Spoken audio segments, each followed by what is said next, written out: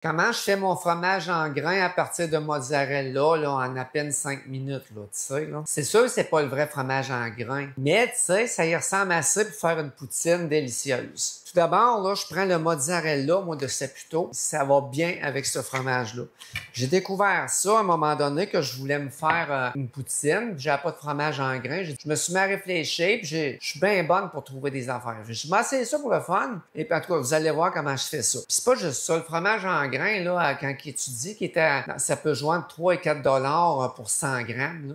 Tandis que ça, je l'ai payé 500 grammes en spécial au Super C. J'ai payé ça 5 $. Fait que 5 $, là, si je l'aurais acheté en fromage en grains, ça m'aurait coûté 15$. Fait que ça m'a coûté un tiers du prix. Bon, je vous montre comment je fais ça.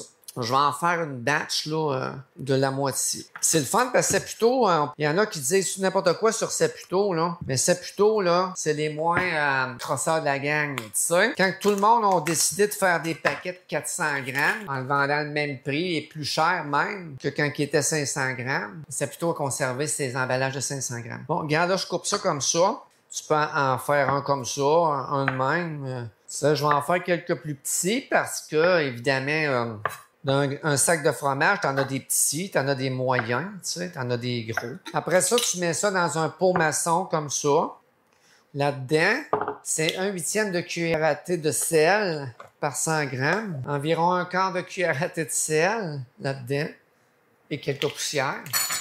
Pour chaque 100 grammes de fromage, une cuillère à soupe de lait. 250. C'est comme 2 cuillères et demie de lait. Environ. Qu'est-ce que vous pensez que je vais faire avec ça? Ben, je vais faire ça comme ça. Brasse ça, là, à une couple de minutes, là. C'est quand tu le brasses, là, comme ça, tu vas arrondir les coins. Puis après ça, avec le lait et le sel, ça va changer la nature de ton fromage mozzarella. Je ne sais pas ce que ça fait avec les autres sortes de fromage mozzarella. Moi, je l'ai fait avec le mozzarella Saputo. Mozzarellissima. On pourrait le casser avec nos doigts aussi. Ça y aurait donné des formes de fromage en grains. Mais qui plus est, on va y aller comme ça. Et voilà. Tu l'éponges comme il faut. Tu le laisses reposer 5 minutes. Tiens, et voilà. Ça, c'est une bonne petite alternative. Là, quand tu n'as pas de fromage en crotte, là, ça ne te tente pas de sortir chez vous. Et puis que ce fromage-là, ben regarde, à mon goût à moi, là, c'est très bon. Donc, libre à vous de l'essayer. Mais moi, là, je l'ai essayé, puis ça fait bien mon affaire. Dans une poutine, là, c'est merveilleux. Ben sur ça, on se revoit dans une prochaine vidéo. Bye bye!